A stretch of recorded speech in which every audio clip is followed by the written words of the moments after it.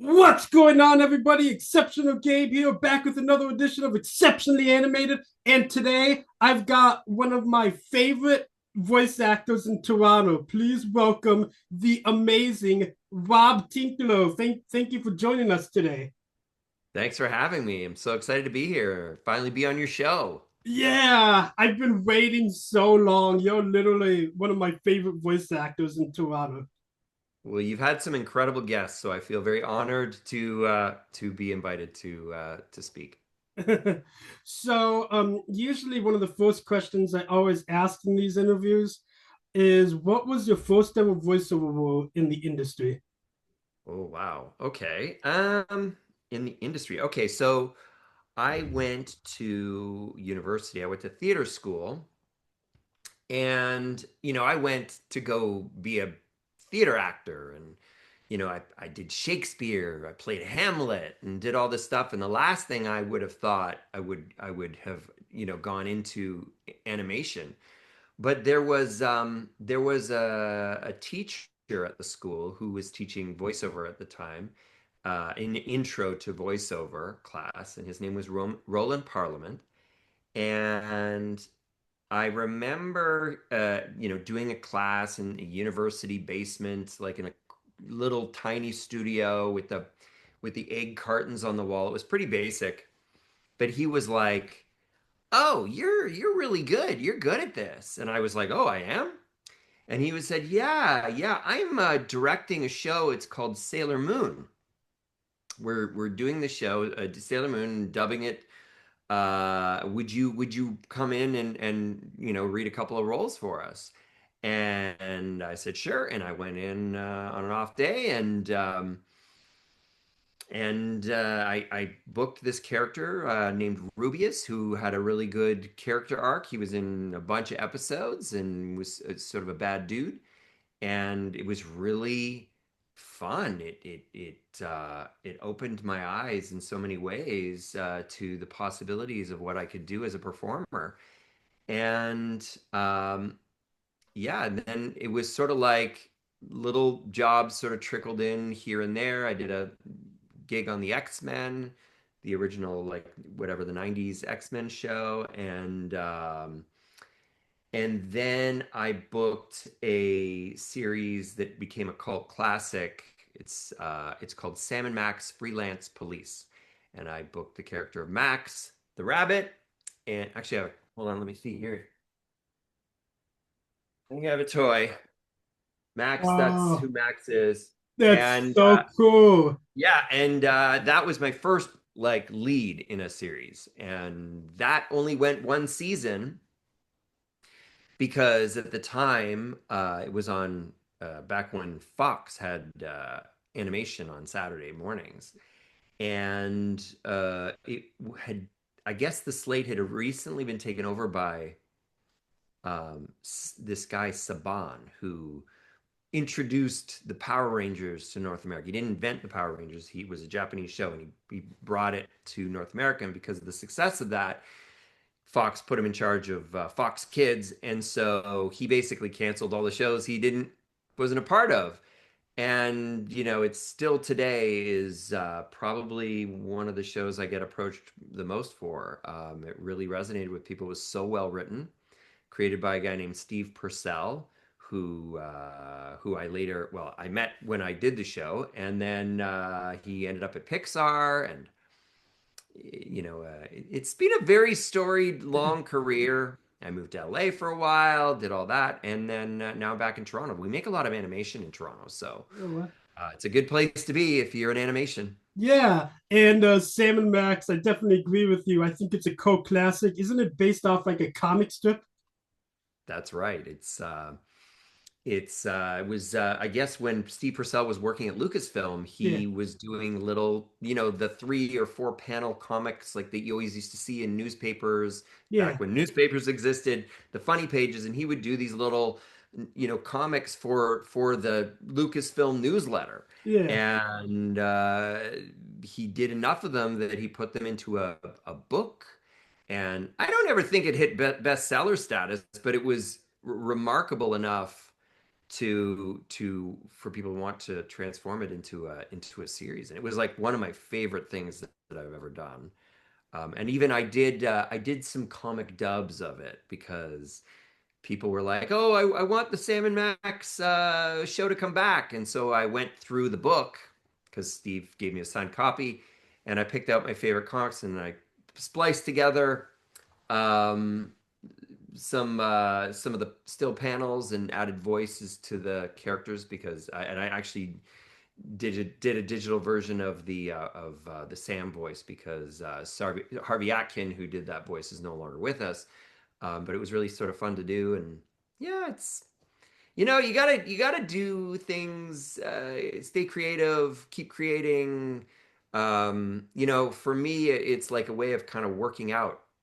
You don't as an animator. I always tell like new people who are just getting into the biz that being a voice actor, it's just like you don't think of yourself as an athlete, but there is an athleticism to it. And if you're not a little sweaty at the end of a session, a record session, then you haven't really like done everything you can do because it's a workout. And so the way to, if you're an athlete, you got to stay in shape. And so some of the things I do are, I do little comic dubs here and there. I'll sing. I sing every day, Yeah. just by myself, like a crazy person, in my house or my car, sing to my dog. And it's everything to sort of keep the instrument warm and flowing so that when an audition comes or a gig comes my way, I'm ready to go. So, a question I had about Sailor Moon. So, since that was practically your first ever major voiceover role, was that ADR like many other animes you recorded out separately? Yes, it was dubbing, and it was dubbing in a way. Now it's all digital. Dubbing now is like karaoke. It's really like it's Yeah. great. The systems that they have now. But back then it was called Rhythmoband, where they had like cellophane film, reel to reel, and the lines were all handwritten. And so you'd see the video on a screen. They had a big screen in front of you, like projected screen, and then they had the Rhythmoband projected too. And so if you were yelling something and it was slow and extended, it would be written in cursive, and they would draw out the length of the vowels so that the timing could be right. It's a very precise system, but it was like a lot of work. But it was my first introduction to it, and but now the systems they're all digital, and it's great. I've done uh, you know so many dubbing shows now. I mean, I love it. There was a time when I was early in my career. This is actually after I did Sailor Moon. I worked for a company, small company here. It was like a company that had acquired Japanese shows, but it wasn't just animation. It was like soap operas and game shows, documentaries, but then some animated. And they would have a room full of actors and one microphone, and we'd all have a little earpiece, and we'd all have the script in front of us, the printed paper script, one script, and we'd all be looking from the screen to the script, doing this. And I spent like a year doing that, and we every day new shows, and as a result, I ended up being like getting really good at dubbing. So then when it came time to use the dubbing systems, the ADR systems, that was easy in comparison. Yeah, but it's fun. It's the great thing about dubbing is that you get that immediate satisfaction of seeing the character, seeing what they're doing. I actually, my process in dubbing, I like to have a little bit of the original, like Japanese, in my ear. I don't speak Japanese. I know a few words, but I like to have it a little bit in my ear so that I have the breath and the intention of the original performance, and then I put my own spin on it live. And some people, it's like I can't hear the Japanese in my ear and then say the words at the same time, but I can, because that's how I learned in that job is you'd hear the original Japanese and then you'd have to perform it. So yeah, I like to honor the original performance and Yeah. and stick to what they did, but also bring my own little spin and energy and characterizations to it too. I love that. And one of the animes that you were in, this is actually my personal favorite, one of my personal favorite animes. You were in Metabots, which has one of the catchiest theme songs of all time. Yes, I loved Metabots. I think I have. There's my character, Cyan Dog. Ah, Cyan One of my, Dog. And you were also yeah, Spike. yeah, And, Spike. That was fun. And actually, that was the first show that I wrote on. I was you know was in a sketch comedy troupe and would play in nightclubs with some friends. We'd write sketches, perform, and so I was sort of getting into writing at that time. And when I was on this show, I put it out there. I said, "Hey, do you like, are you looking for writers?"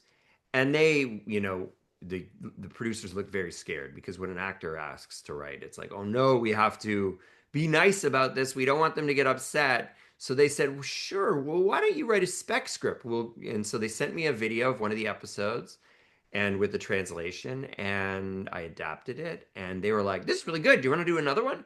So I ended up writing a bunch of episodes of Metabots, and that was really fun. And now that's like a big part of my career is writing. wow. I remember one of the funniest parts of each episode is the referee. He would just show up to each war battle. It was so funny. Yeah, just out of nowhere, just spawn in. Yeah. And that show just had so many other legends in it. You know, Julie Lemieux was in that show. Oh yeah. And Bryn McCauley was in that show. And Hmm. another favorite of mine, Jamie Watson, I'm sure you worked with. I love Jamie. Yeah. Yeah. Jamie, Bryn, Julie, they're all on speed dial on my phone. We talk all the time. We're good at friends. We're all good friends. It's a it's a pretty small pool in Toronto of talent, but they're all so talented because they've all Mm-hmm. worked so much. So yeah. Mm-hmm. And didn't you voice one of the members of the Wubba Wubba gang as well? Yeah, I did, and then I picked up like odds and ends here and there. They're like, Rob, can you just quickly do this? One of the things that for your viewers, listeners who are wanting to break in, one of the things that I think has given me good fortune to have a longevity in this business is the fact that I can play lots of different characters so Yes. that I can modulate my voice to play different characters. And because in the union it's they pay you for a principal character, and then every subsequent character it's like a little cheaper for them, so they actually like to reuse actors because they can you know by paying less they can get a little more, and I'm happy to play lots of characters. I love that. Yeah. My favorite moments are in shows when I'm playing characters and I can play two characters or three characters at the same time, and then read them. Like I did a show on PBS called Cat in the Hat knows a lot about that, and I was Thing One and Thing Two and Fish, and I would have conversations all the time. And even in the video games, I Martin Short played the cat, but I played the cat in all the video game stuff, all the online games, and so I would really get going back and forth. And they didn't mind. At first, they're like, "Are you sure you want to not just record one character at a time?" And part of me was like, I like to get in and out of the studio as soon as possible. Like I like to do my thing and get out. So I'm like, no, no, yeah, let's do it. So I the way I do that is I actually change my physicality between characters. Like, so, fish might be like this, but then cat might be like this. And so I will adjust my body between my to remind my vocal cords to change to modulate so that I can play several characters at once. Yeah. Yeah. Yeah. Um, and another show I wanted to ask you about. I think you're only in a couple episodes of this. Were you in the show Ned's Newt? This is a poster I have in my collection. Oh my gosh, that's I love the artwork on that. Yes, I was in Ned's New, yeah, couple supporting characters. I wouldn't even remember the name. I mean that's going back quite a few years. But what a beautiful show. That was like almost one of the shows that before like Flash came along and they started doing 2D that way, 2D Yeah. animation that way. It was all like it was the last of kind of the hand drawn animation that existed, Yeah. and it was beautiful. I know. I love that show, and that show has what I like to call that stupid funny humor. That humor that's so silly that it's just you gotta love it. Yep. Oh, definitely love it. Love the stupid humor. Yeah, and also again, great cast in that show too. Like Tracy Moore was Yeah. Ned, and I remember Was Jonathan it Wilson was in that show was as it well. Harlan Wilson? Was it Harlan Williams? Yeah, Harlan The Williams Newt? voiced Newton. Yeah, he was great. He Yeah, was great. He's but a did funny you know? comedian. I really liked him in Dumb and Dumber as the cop who pulled over Yeah, pulled over Jim Carrey. That was a great he's so funny. yeah. Did you know in the third and last season of Ned's New, for whatever reason, Harlan Williams was replaced with Ron Porter? Oh, Ron Pardo, master. Speaking of like transforming voices, Ron Pardo is like he is a chameleon. Like that guy can transform his voice like nobody else. He started out as like a stand-up doing impersonations. Actually, he started out as a school teacher and would do impersonations for his students to keep them entertained. And somebody kept saying to him, "You should try stand-up." And so he did and had a whole successful stand-up career doing as an impersonator. And then he obviously turned went into animation because it suited. But yeah, he recently he's on a show I do called Cyberchase. I've been doing that one for about 20 years on PBS. Yes. Christopher Lloyd and Gilbert Godfrey was a character on it, and he passed away. And Ron was able to step in for Gilbert, which is so great. Yeah. He yeah, he does such a great job. So you obviously voiced Delete. Buzz and Delete are some of my favorite characters because they're so funny. Yeah, me too. Love playing Delete. He's a classic. We I remember showing up for the audition, and the first Buzz was played by a fellow named Len Carlson. And he came in and he had, I knew that we were told you're a robot duo and you bicker as much as you get along, but you're both terrified of Hacker, played by Christopher Lloyd. And so he came in and he did this sort of character that was like he reminded me there was this old show sitcom on TV that Rob Reiner, the late great Rob Reiner, Yeah. was in called All in the Family, and Rob Reiner's in-laws were Archie and Edith Bunker, and so what Len did was sort of this Archie Bunker character. Yeah, what are you doing, meathead? And following his cue, I was like, oh, I know a duo. I know a duo that will work really well. So I decided to play the Edith character to his Archie. So Edith was very much like this. And she, with, always clutching her pearls. And and so then that transformed me. Oh my gosh, delete, Buzz, delete this. Hack is gonna kill us. And so was the origin of those two characters, is they were Edith and Archie Bunker, and they were like, "We love that. That's so funny." And 20 years later, still doing it. I love that. That's so cool. Cyberchase is such a good show. How does it feel to be in one of the longest running cartoons in Canada? Wow, it is. It's so great. I mean, the staying power that it has. And when people come up to me and they're like, like a 25-year-old will come up to me and be like, or a 30-year-old will come up to me and they'll be like, "Oh, you were Delete in Cyberchase." And Cyberchase, for those who don't know, is very much a math-based show. They've gotten into other subjects this past season, but it was primarily a math-based show. And he was like, "You're the reason I became an engineer." And I was like, wow, like that is such an honor for somebody to take the inspiration to want to learn math because of silly voices that I shouted into a microphone is incredible. It's an incredible feeling. I feel like, you know, it's not something that I set out to do, but wow, what an honor to have somebody, bestow that upon me. I'm like, oh my God, I can't. You're an engineer. You're, bettering mankind with your, Yeah. creativity now, and I, it comes back to doing silly little voices. Yeah, and recently, I believe I told you in our email. Recently, I interviewed Anika Bonsuin on the show, who of course was Inez in Cyberchase. Yep, She's love another, her. yeah, another And amazing voice when actor. I started doing it, Anique she was a kid. She Yeah. was a kid. She was a child actor. She was so wee, she was just a kid.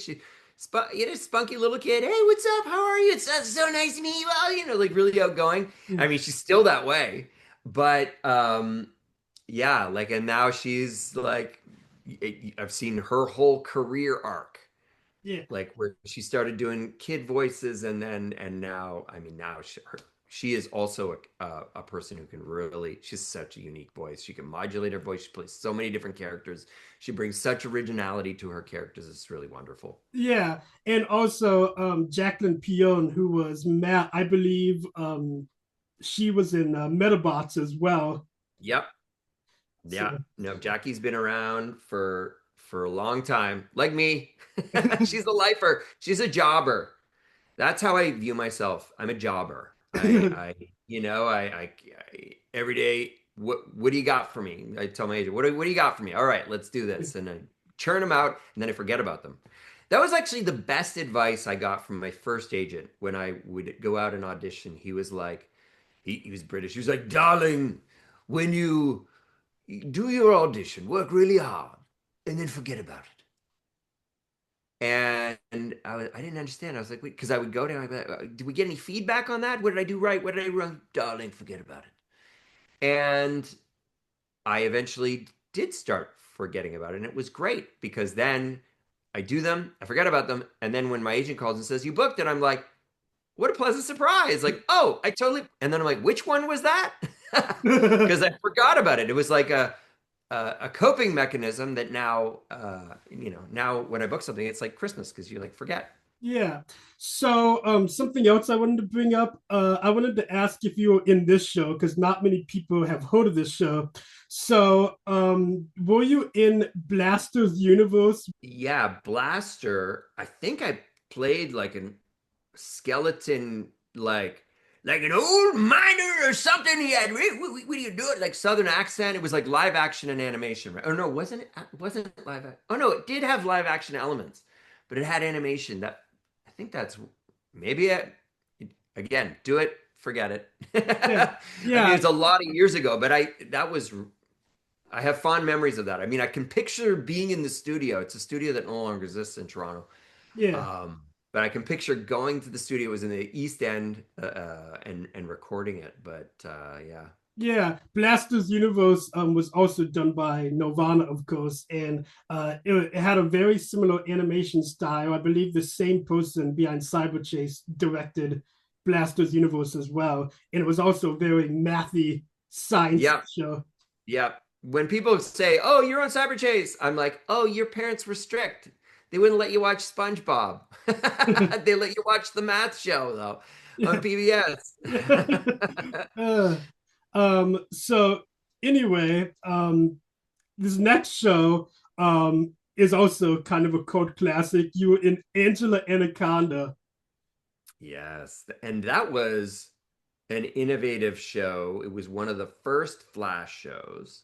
It uh, it used photo images that had been altered, like in Photoshop, because it Yeah. had that unique style. It kind of looked like 1950s kids, black and white, but they figured out in Flash how to they almost puppet the characters, so they would have this very distinct. There was a lot of that in the early aughts, in the early 2000s, animation style. You can kind of tell because they sort of move like marionettes in a way, but that was just sort of the way that they worked with Flash. But it had such a unique, I think it won awards because it was such a unique looking show. It was so different. Nobody had ever seen a show like it before. Yeah, that was a lot of fun. Yeah. And again, going back to what you were saying earlier about how you voiced multiple characters at the same time. I think you voiced both Mark and Derek. Yes. So Yep. No, it was yeah, it was fun. I love that. That's like my favorite part is to be able to play multiple characters. I love playing like a kid and a villain and then like the old coot and then a cop and then like I love it. Being in sketch, starting in sketch comedy where I had to play characters, I developed a lot of those characters in my sketch comedy career. And so it applies nicely. So I do recommend also for people that are trying to get into animation, like take improv classes. That's the best thing you can do to learn characters, discover new characters in yourself, find your voice, play with your instrument. I know without trying to sound too pretentious, I know a lot of voice actors do refer to their instrument, but it is you can play it like a saxophone. Like you really can. yeah. And this next show is by far my favorite show you were ever in, okay? You were Okay. in Pelswick. Pelswick. Oh, Pelswick. I love Pelswick. Pelswick's one of my favorites too. He was such an incredible, groundbreaking character. There'd never really been a character who had such a visible disability, uh, before who was a central character, wasn't a peripheral character, the little brother, or the person you feel bad, or the guests, the guest star of the week. It was the kid. He was the kid. And it was so funny, the sense of humor that they had. I don't know if they could get away with making Pelswick now. I mean, I think they could have that character, but the sense of humor was so biting. He was so self-deprecating, in such a funny way that's almost like I think if you played it now for parents, they'd be like, "Oh, we can't have that character say that about him, his disability now." Um, Not to mention, I mean, I know the creator John Callahan. He was in a car accident, Yeah, and Pels was also in a car accident, yeah. and so it wasn't something he was born with. So he did live a good portion of his life, totally able-bodied. However, I think if I were to cast Pelswick now, I wouldn't cast me. I would go out of my way to find a person who actually is experiencing that would really relate to that character, by being back when I first started out, they just chose us for the best voices. They didn't pay a ton of attention to they paid less attention to even gender or to skin color or to they're just like, oh, you do a good voice, oh, okay, yeah, yeah. And so now like you would put out a mass like and look for if even if that person, that actor didn't exist, you'd comb the the annals of the city or the country or of the world, looking for a kid who is in that circumstance, who maybe has a little bit of talent, and then get a really great director to just pull the best performance out of them. But yeah, I wouldn't cast me now, but I was so honored to be cast in that and to have played that character. So you really bring up a good point because one of the reasons I do this podcast is because I'm autistic, and there's a lot of people on the spectrum who relate to animation and voice acting, and I think Pelswick is a very relatable character, which is why I love the show so much. In fact, one of my good friends, and you probably seen some of her artwork. I'll show you real quick. Uh, Michelle Massey on Instagram is a huge fan of Pelswick, Wow. and Did they draw that? yeah, she drew that. Yeah, Wow.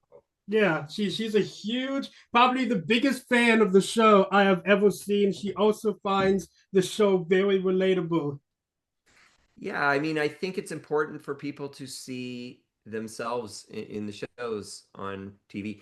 You know, b back when Pals was created, there was much more of a monoculture where you only had a few channels. There was like a few, and there was one like animation channel, and like or you do have like Nickelodeon or Teletoon or YTV or Treehouse or Noggin in the States, and but it was much smaller. Now it's YouTube, all of the socials. It's given people the opportunity to really show off who they are, their skills, and so uh, it it has enabled a lot of people who wouldn't necessarily have fallen into these things the ability to perform in them, and I support it. I think it's fantastic.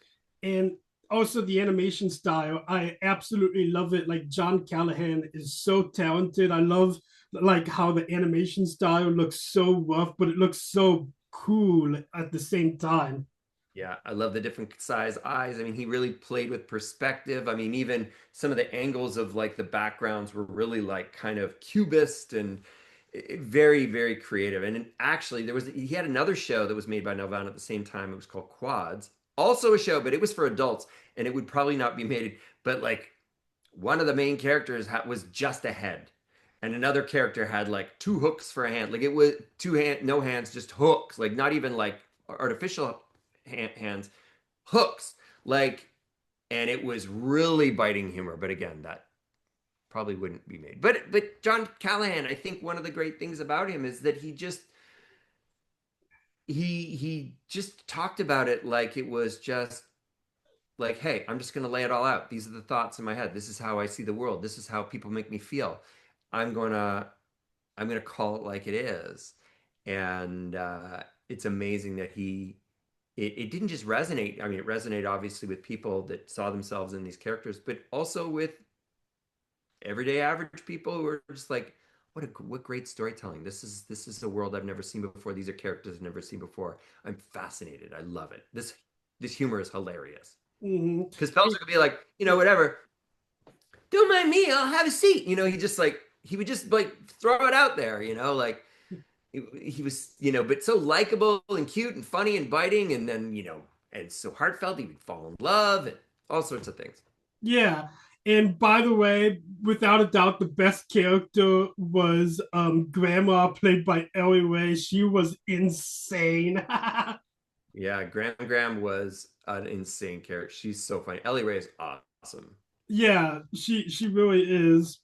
Uh anyway, moving on, the next show you were in, again, I think you're only in a couple episodes of this show. You were in Miss Spider, remember that show?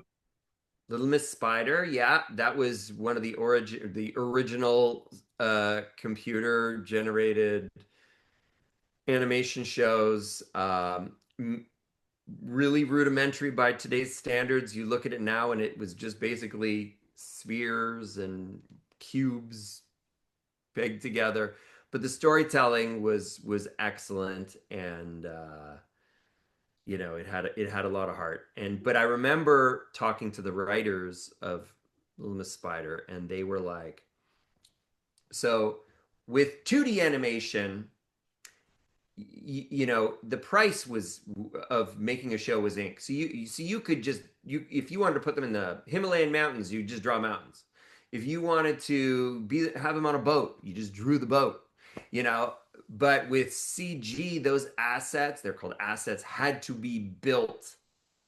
So they had these really, strict limitations. It was like one location, no water, no fabric, no, like they had but that being forced in a box in that way as a writer actually makes you a really good writer because you tell more character stories, characters with a lot more heart, very relatable because it you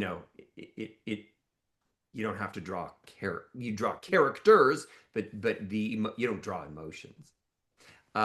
So it was a cost-saving measure that ended up making fantastic television. Mm-hmm. And another show you were only in a couple episodes of. This is one of my all-time favorite cartoons. You were in Harry and his bucket full of dinosaurs. Do you remember doing that show? Yeah, the green jelly bean. I did. Yeah, I did. I remember that. I mean, I played other characters, but yeah, I loved the green jelly beans because Yeah, and it was green. There was green, red, and yellow. I can't remember the other color, but I loved being the green jelly bean. I think you're Harry's his little plush octopus Soggy as well. Yes, yes, soggy. Yep. Yeah. So if you're Yeah, looking that at, was that was one I didn't audition for. They were just like, really? "Oh, he's got this plushie. Can you play an octopus?" I'm like, "Sure."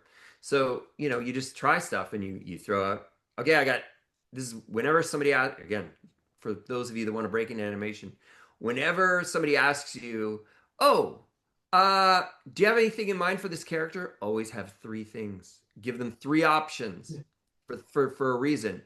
And one might be really good and the other two might be meh, like kind of not so great, but it shows that you have range. And often when they're on the other side of the glass and discussing who this character is and fighting over, because they fight, the creators, the people that develop the show, the studio, they fight about it. So they end up picking me because they're like, well, he did three options, so we'll find something. But if you only show up with one option, and it might be a really good option, you worked really hard on it, but you only show up with one option, and it's easier for them to say no because it's like either it is or it isn't, or all it takes in that room is one person to say, no, I don't like it. And they're like, all right, sorry, we have to move on and find another actor. But if you give them three options, it's like, huh, well, I like that one. And the next person's like, well, I like that one, or I like that one. It's like, well, we can't agree, but we agree to have more discovery time with Rob to try and develop this character. I love that. And I don't know if you noticed, but back here, I have one of the figures from Harry and his bucket full of dinosaurs. Um, What? I didn't yeah, know they had figures. That's so cool. yeah. This was my favorite character back here. Toy, voiced by Jamie Watson. Again, one of my Uh, favorites. yeah, Jamie's great. Jamie's a jobber too. He's a guy that just he does it. He does everything. He does radio, TV. He does like and his voice. Like you don't get the sense of this when you listen to it because when they do a sound mix on a show, Yeah. they drop the levels so that all the characters are at the same level. But when he performs, it's like boom, like it's like you're next to an opera singer. His voice is so powerful, it resonates right out of his chest. It's like, oh my God, like so he's often brought in to play like these crazy drill sergeants and really sort of fun, loud characters. But then they do the levels and you don't really get the sense of that. But man, when you're in the room, in the studio room with Jamie Watson, it's like being next to like a an animated creature. It's crazy. That is so cool. So, you were also Grumpy Bear in the Care Bears franchise for a Yep. little while. How did it Mhm. feel being in the Care Bears franchise? Well, first off, oh my God, I grew up with the original Care Bears and the original Nelvana 2D animated Care Bears, and so I loved the Care Bears. So to be brought into play, not just a Care Bear, but a Grumpy Bear, everyone loves Grumpy Bear because Grumpy Bear is like licensed to feel bad, licensed to be moody, which we all are as humans. We all feel emotions, but all the other Care Bears, they're great, but they're all like, positive feelings, tender heart, and like they're Funshine Bear, and like they're just so positive. And but people love Grumpy because it's like, oh yeah, I feel like that, dude. I feel that way. I feel what you're feeling. And he just sort of the way he looks at the world and I would feel after a session I would feel it was like cathartic for me. I felt like I had just had like an hour of therapy because I got a lot of like that emotion out that we hold inside. I actually had the opportunity to play it, to feel it. Because we're not, normally in a work situation, they don't want to see your emotions, but in my job, they want to see your emotions. Yeah, yeah. And you were also in another cult classic show, which I believe you're only in a couple episodes of this show as well. You're in Brace Face. My life is complicated.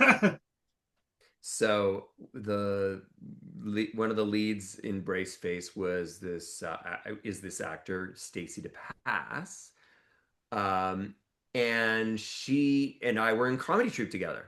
She's also a really good actor, like brilliant lifer, jobber.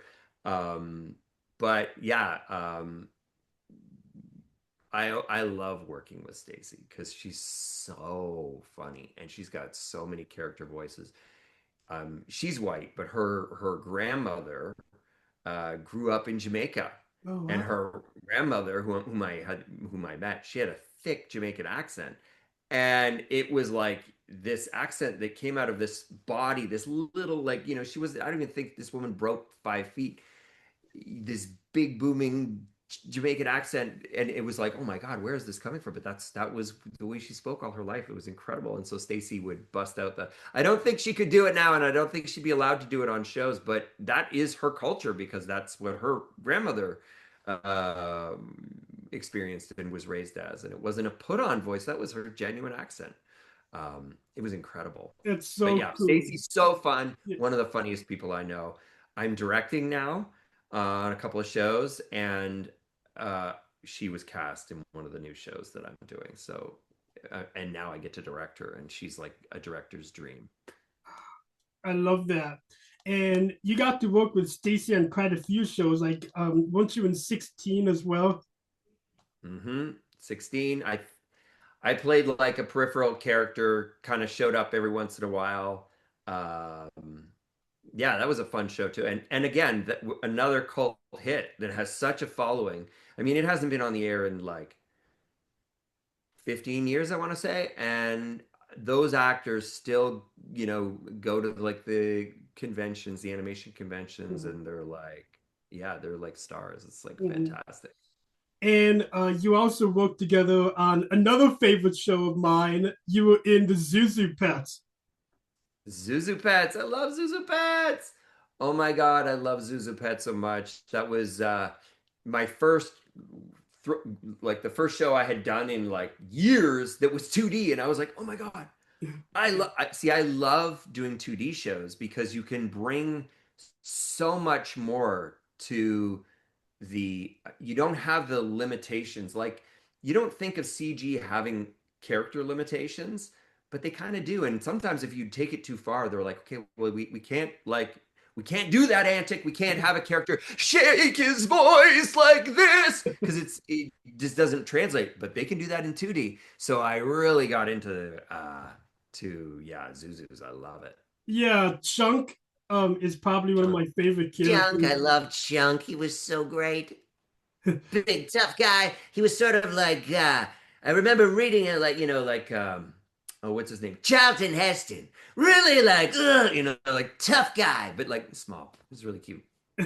I remember there was this one episode where so Stacy the Passive, of course, voiced the mother in that show, and Frankie bought her mom these little stickers which were scratch and sniff, and Yep.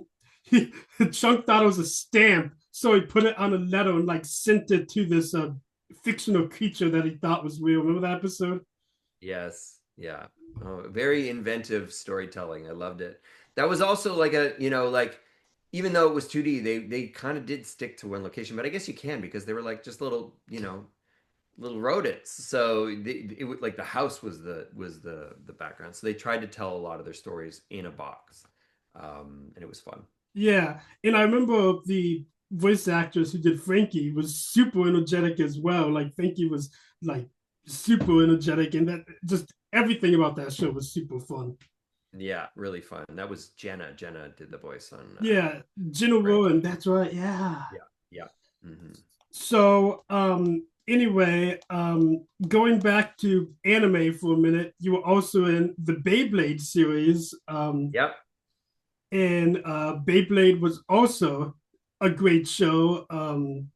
And very popular toy line when I was a kid. What were some of your memories of working on Beyblade?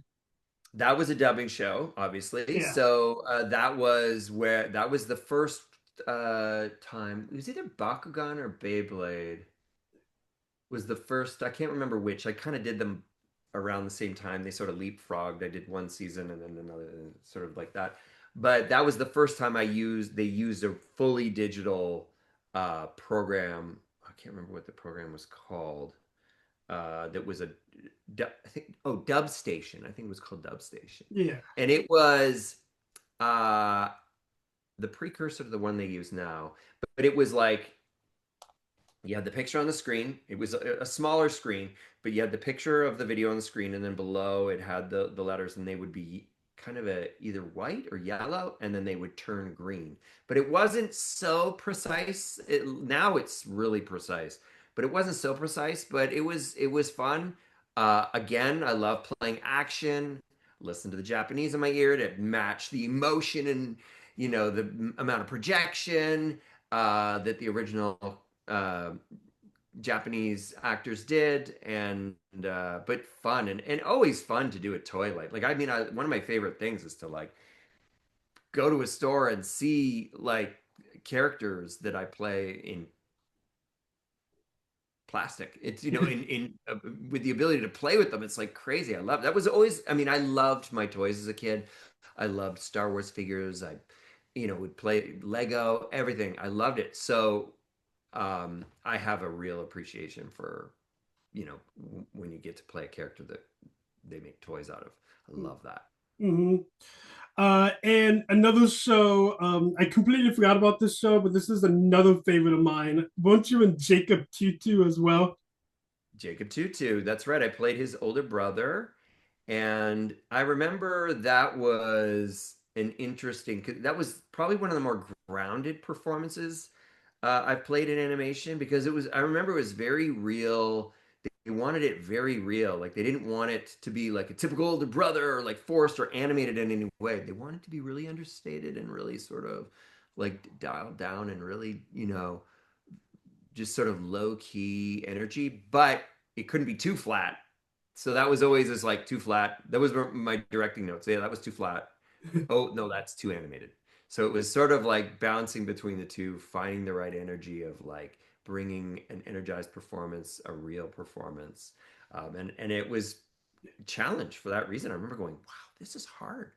This is hard. And I remember the character you voiced. That was the brother that Jacob looked up to the most. Um, Yep. yeah, like there was a couple Daniel. episodes. Yeah, Daniel, that's it. Daniel, Yep. like Jacob Yep. went to Daniel for advice in some episodes. And Yep. like I remember he would collect all the records and stuff. It was super cool. Hmm.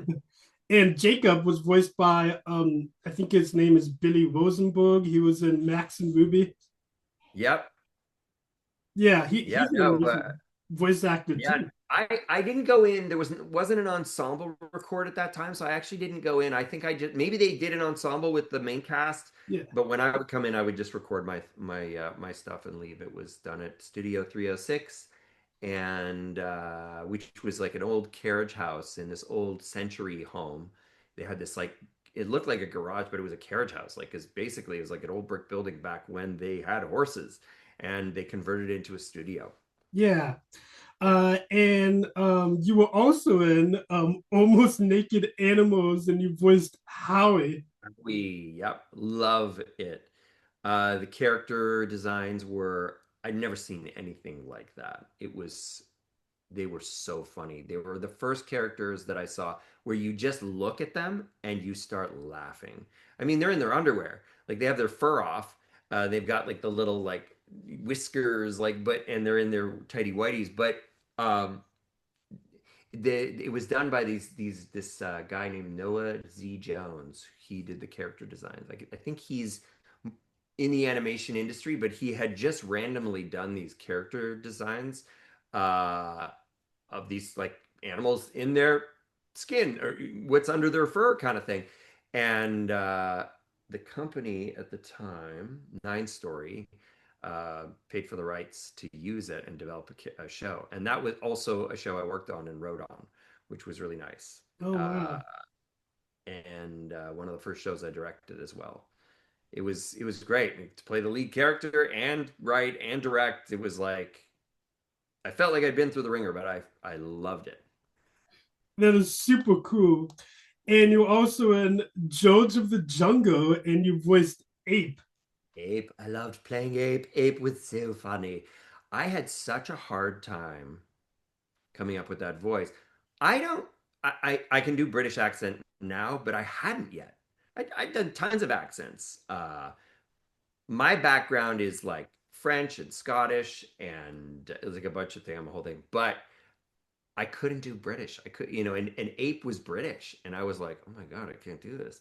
So I started watching this show. I don't know if you've heard of it called Downton Abbey, which is like like a period drama from the BBC, and they're all very, it's all very regal and stuff.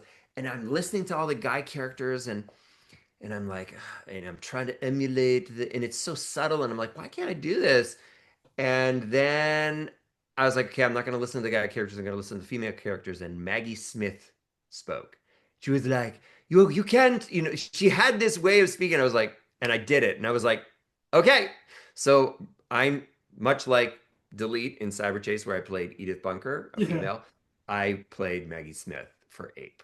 That's how I nailed that character. So I had to do that every time I would bring, so and it's a lot of fun. Now Yeah. I love British accents, but it was, I don't know why, it was like a block in my brain. I couldn't do British, but now I can. Yeah. So, did you know that the first season of that show was recorded using a Vancouver voice cast? That happens more than you would think. What and it's happened to me where I've done the pilot and then they relocate to another city and they want to pay local actors. So part of me is like disappointed. Because I mean, with technology, you can be anywhere in the world. I mean, when I lived in LA, I was doing all the part of, what kept me alive in LA was my ability to do animated series and record at studios just like from LA. Yeah. And so it's disappointing, but then you understand from the tax credit point of view why, if it was if the production moved to Vancouver, they have to use local Vancouver actors because they get a tax break. So it's I kind of look at it like easy come, easy go. Lose one, get one. So yeah, that I have been on. That happens more than you think. I did a show called The Day My Butt Went Psycho, and we were 20 episodes in. I played the butt, The Deuce. butt. I played the butt, and he sort of talked like this. He was a really funny character. I loved it. It's based on a book, really popular Australian book series. But the lead guy they had, he had really good voice quality, but he couldn't carry the show. And so they replaced him with Devin Mack. I don't know if you've heard of Devin Mack, another great Canadian Yeah. actor. And so they replaced him with Devin Mack. And it's one of those things where, what are you gonna do? All you can do is go, okay, I've been replaced. I've replaced people. It happens. Um, yeah, it can be heartbreaking though. I mean, especially if it's like the first time it's happened to you where you're like getting replaced. You're like, oh my God, why is it something that I did? It's nothing you did. 9 times out of 10, it's nothing you did. Even if they like quote unquote don't like you, it's usually because somebody in the development team, like you sound like their father-in-law or something like that. And they're like, I hate my father. It reminds me of my father. So it's not even the way I describe it to new actors who are just auditioning. Again, pro tip for anybody who's trying to break into the industry. There's no good or bad. There really isn't. Everybody's got a voice. Everybody's voice sounds different. Everybody has different abilities with their voice. And it's like flavors of ice cream. We're all flavors of ice cream. And your voice might be strawberry, but they're looking for rum raisin or they're looking for, chocolate chunk or mint chip. Strawberry ice cream is great. It's just not the flavor that they wanted for their show. So if you picture it like your ice cream, you get less disappointed. However, if you try to like modulate your voice and make as many different flavors of ice cream as possible, and make an array of different flavors, then the likelihood of them liking your flavor of ice cream increases because you have more flavors of ice cream. But you'll be less disappointed if you think like, oh well, they wanted a different flavor. They wanted vanilla, and Yeah. and that's fine. Good for them. They just didn't want strawberry. So, now going into some of your more recent roles, didn't you get a role on G5 of My Little Pony? It did. Yes, I played Sparky Sparkaroni, who's this little dragon, cute little dragon. But I also got to play a bunch of ponies. I played someone's dad. Speaking of voice replacement, I replaced an actor, but he was a star. Oh, what's his name? He was in Breaking Bad. He was I think Lenny on Laverne and Shirley. Michael, oh, it's gonna kill me. But he played the dad, and so for the show, he did the movie, the dad in the movie. And so for the show, I don't think they probably could afford him, but they could Yeah. afford me. In the same way that I played the cat for the video game for Cat in the Hat knows a lot about that because they probably couldn't afford Martin Short, but they could afford me. So I'm like very happy to take their scraps. So, and I was wondering, have you ever seen Friendship is Magic, the show that preceded G5? Yes, yeah, what a beautiful show, heartfelt show that resonated with so many people. I don't think the, every as much as I loved our series and our seasons, it was they were great and beautiful and fun, but Friendship is Magic. There was something magical about it that made it resonate with so many people and really reignited that franchise. Um, yeah. So I've had many Vancouver voice actors on my podcast previously, Uh, and many of them were in that show. One of my biggest inspirations from Vancouver. Have you ever worked with Tabitha St. Germain? Because I know she I lived don't in know that I Toronto at have. one If I point. have, I don't know that I have because maybe we haven't shared a studio together. I mean, that's often the case is I'm brought in by myself and I only find out later after the fact, many months later or a year later, once the show is up and running, who is on it. I'm like, oh, Jamie Watson was on the show. Oh my God. I wish I saw him at the studio, but I didn't. Or Bryn McCauley was there. Oh my God. Or, yeah, it's funny how it works. It can be lonely. I know. Yeah, especially when you're doing ADR for anime, because you're Yeah, all by yourself. you really do have to be all by yourself. Yep. Yeah. So you got to voice Woodstock, which is a big win for you, I bet. Oh yeah, that's that's up there. I have two. I did the Pillsbury Doughboy for a time. Now Pillsbury Doughboy doesn't have a voice. He's silent. He'll just laugh silently. Yeah. But the last rendition of that I did, and so I played him for a couple of years, and it was one of those iconic characters. You're like, oh my God, I Yeah. can't believe I'm playing this character. And it was the same thing with Woodstock, where it was played by Bill Melendez, who was one of the artists of the original Peanuts. The animated Peanuts. Charles Schultz, obviously the Yeah. creator and artist of the Peanuts, but Bill Melendez, like, and to be able to replicate what he did, and then bring my own twist to it. Um, and bring like one of the fun things I brought to Woodstock is he kind of makes little sound effect sounds. I love doing sound effects, and so he would make little sound effect sounds to sort of describe. So that it changed. It was the same. It felt the same. I tried to do an audio match, like a verbal match, as closely as possible to Bill, but then bring my own twist. And once they realized I did like those sound effects, they're like, oh, we explored that a little bit in some of the episodes, some of the specials, some of the movies. And there's an upcoming movie. Ooh, maybe I'm not supposed to say anything. You heard it first. But that's just amazing, because the Peanuts has been around for just generations of families who grew up with it. And it's so cool hearing your voice out of Woodstock, who I remember. Well, it's cool, but you wouldn't be able to identify my voice. I mean, if you pitched him down and slowed him down, then you'd hear my voice. Yeah. But he is so affected because that's what they did with the original Bill Melendez voices. They would pitch it and alter it and tweak it and do all these things to it, speed it up, slow it down. They did like a whole thing. So it's like the one voice, like I can do Pillsbury Doughboy. It's like make your own cookies, but I can't. I can do what I do for Yeah. Woodstock, but it won't sound like Woodstock because unless it's run through the speed adjuster and the pitch adjuster, then you really can't tell. So it is. I'm glad it's on IMDb because otherwise, there's no way you'd be able to tell it was me. Yeah. So one of the show I wanted to bring up because I forgot to bring it up earlier because I think the show is one of Nirvana's most creative shows, and I believe you're in the show as well as like some additional voices. Do you remember Sticking Around? Sticking around. That would have been probably after Sailor Moon, probably my second credit ever.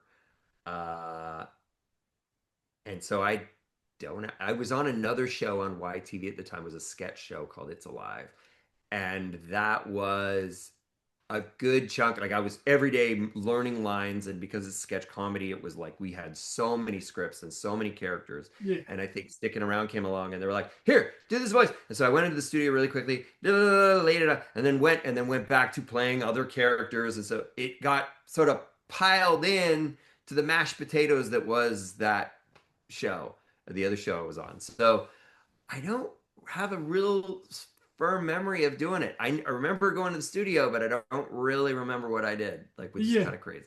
Yeah. And you were also in Peep, which was also a very imaginative show.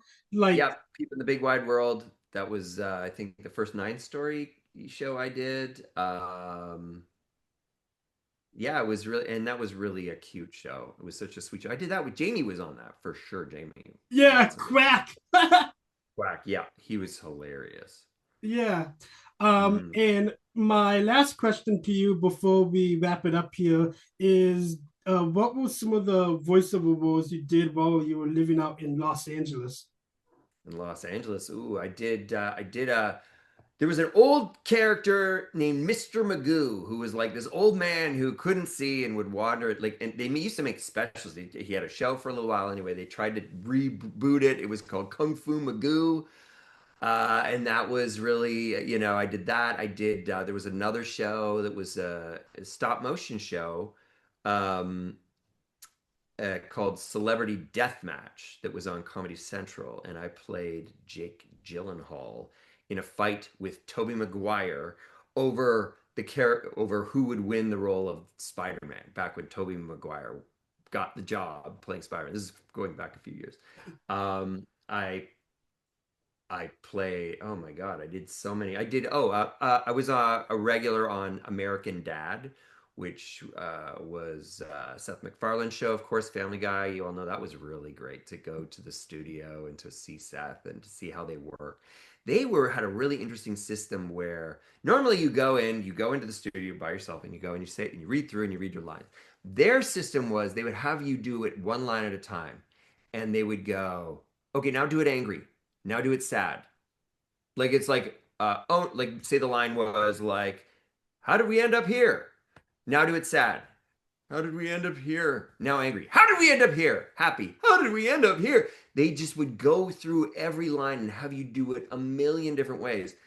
And I think that was for a couple of reasons. One, they just wanted to get the coverage. They wanted to make sure that they could slot in.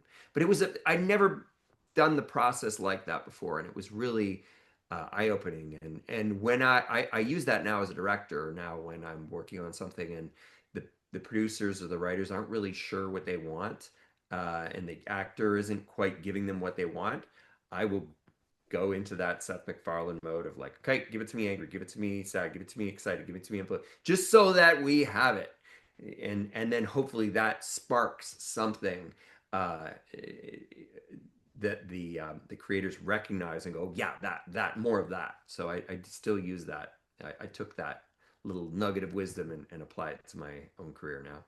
Oh wow, I love that. So, any final thoughts for our viewers watching my podcast before we wrap it up? Final thoughts. Uh, I don't know if it's people that want to get into the industry. You can do it. If you want to be in animation, there are so many ways to do that now. If you want to do character voices, there's so many ways to do that now. As a side project, I started my own podcast network, Kids Podcast Network, created like 5 shows, a sketch comedy show. And just to, like I said, keep practice, keep my voice fresh, to keep doing new and different things. But like one of them I did was a special called Eight Tiny Reindeer, and it was discovered by a publisher called Kids Can Press, and they were like, "Can we publish this as a graphic novel?" And I was like, "Yes, please."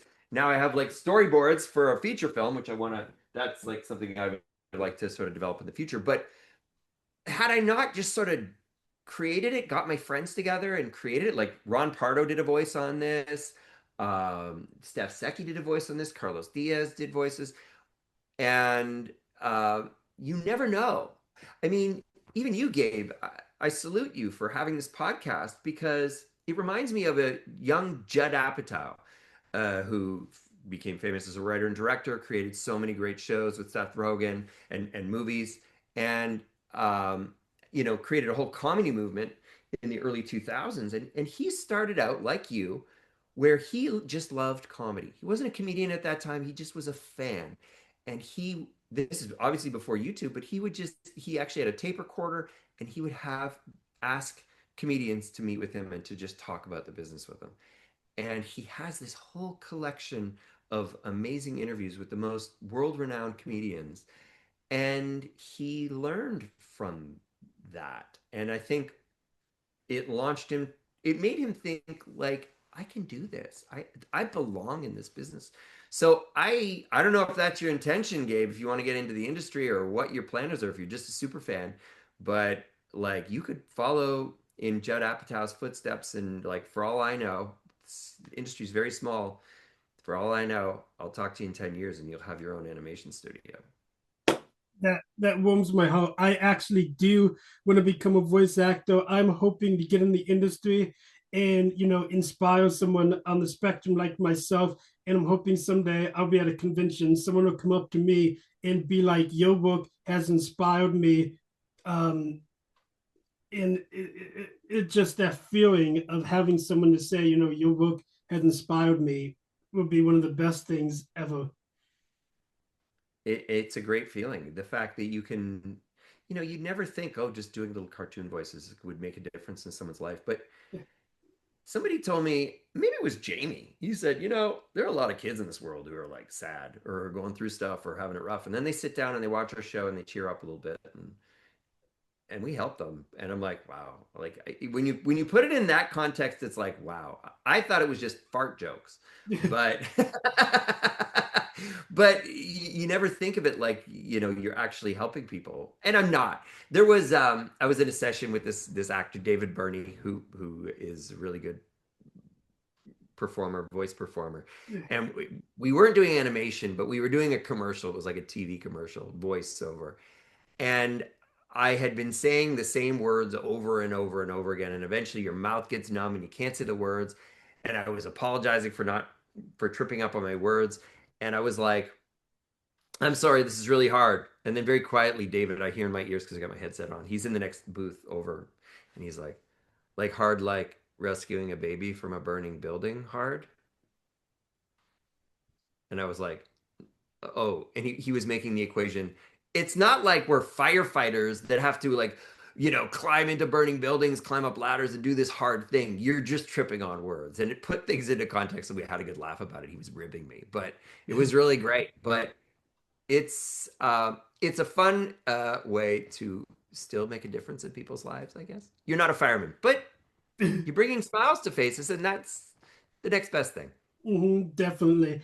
All right, we'll go ahead and wrap it up because you probably have places to be today. But thank you so much again for joining me. I've been waiting to have you on my podcast for so long, so this was awesome. Well, it was a great pleasure, Gabe, and I expect big things from you, my man. Thank you so much. All right, see ya. Bye bye.